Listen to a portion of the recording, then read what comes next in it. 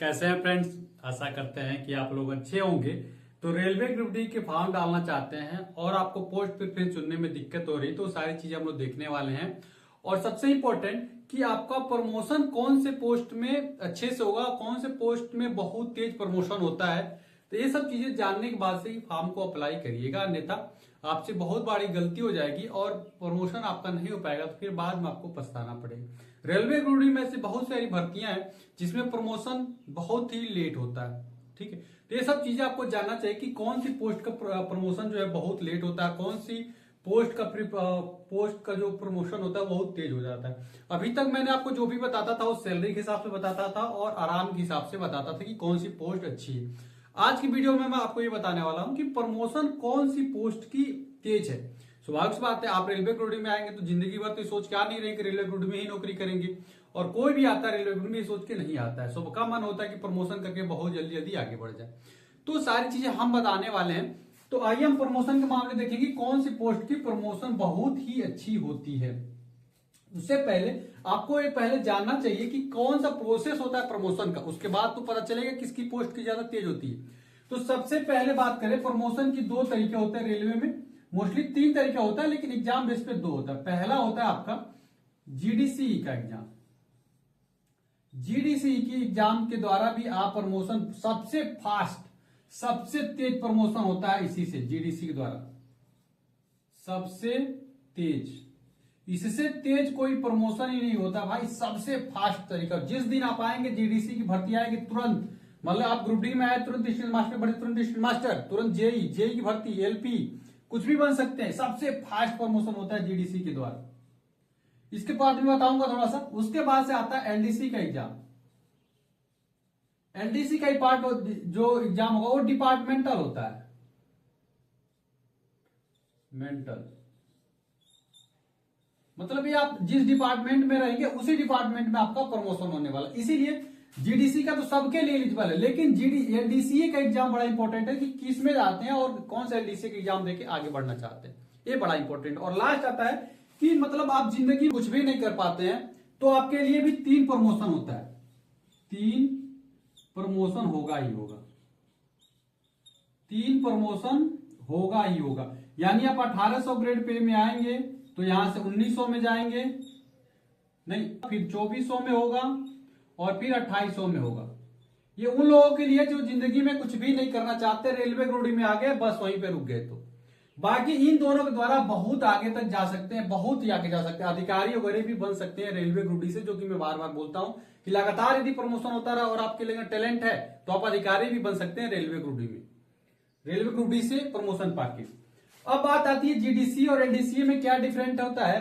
तो देखिए, जीडीसी के एग्जाम में वही क्वालिफिकेशन मांगी जाती है जो कि बाहर के एग्जामों में मांगी जाती है। जैसे स्टेशन मास्टर के बाहर के एग्जाम होगा तो उसमें ग्रेजुएशन मांगा जाएगा, ट्रेन मैनेजर के बाहर होगा तो उसमें ग्रेजुएशन मांगा जाएगा, जेई का होगा तो डिप्लोमा बीटेक मांगा जाएगा, और टेक्नीशियन में आईटीआई मांगी जाती है, एलपी में भी आईटीआई मांगी जाती है। तो जो बाहर के एग्जाम होते हैं सेम अंदर के एग्जामों में भी यही मांगा जाता है, और ये पास कर लेते तो सबसे तेज आप 4200 ग्रेड पे आप पहुंच सकते हैं। सबसे तेज प्रमोशन जीडीसी के द्वारा ही होता है।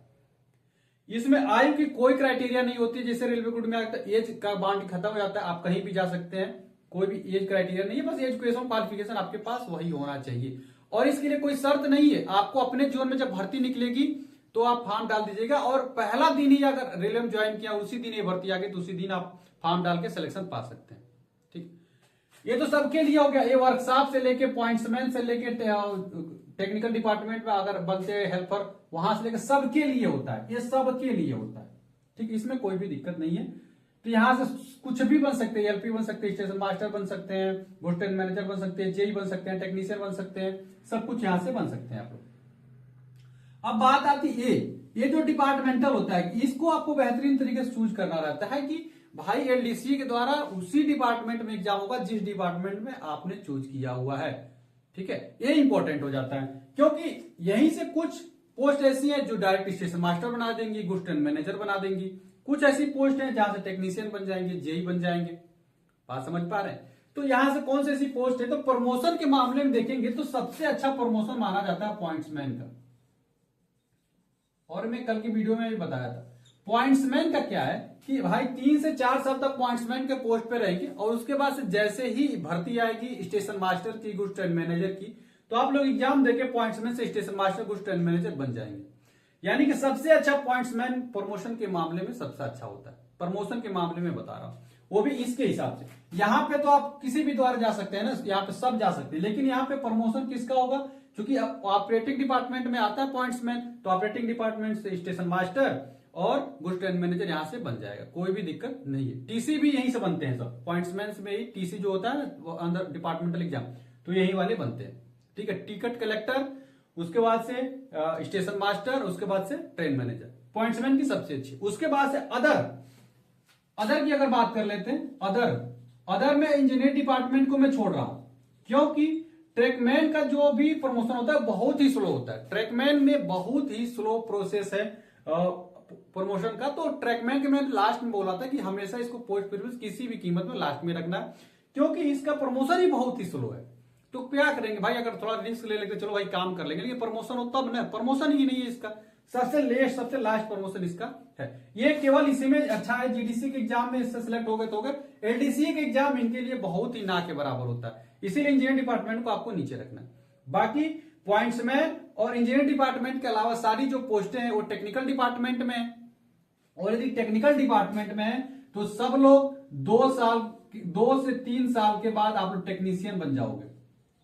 1900, फिर 2 साल बाद 2400, फिर 2 साल बाद 2800, फिर 2 से 3 साल बाद 4200, ऐसे प्रमोशन लगातार होता रहता है। और एक बार 1900 में आ गए ना तो 4200, 4600 बहुत फटाफट टेक्नीशियन डिपार्टमेंट में आपका प्रमोशन होता रहेगा। ठीक है, बातों को समझ पा रहे हो? यानी कि पॉइंट्समैन के पॉइंट्समैन को प्रमोशन के हिसाब से नंबर 1 पे रखना है, बाकी अदर डिपार्टमेंट को उसके नीचे चूज करते चले जाना है, और सबसे लास्ट में आपको इंजीनियरिंग डिपार्टमेंट को रख देना है। वर्कशॉप वगैरह को थोड़ा अच्छा रख लीजिएगा, वर्कशॉप का ठीक ठाक है, प्रमोशन वहां पे भी अच्छा होता है। सिग्नल डिपार्टमेंट में भी प्रमोशन अच्छा होता है, एसएमटी को भी प्रमोशन के मामले देखेंगे तो सबसे अच्छा प्रमोशन सिग्नल डिपार्टमेंट का भी होता है।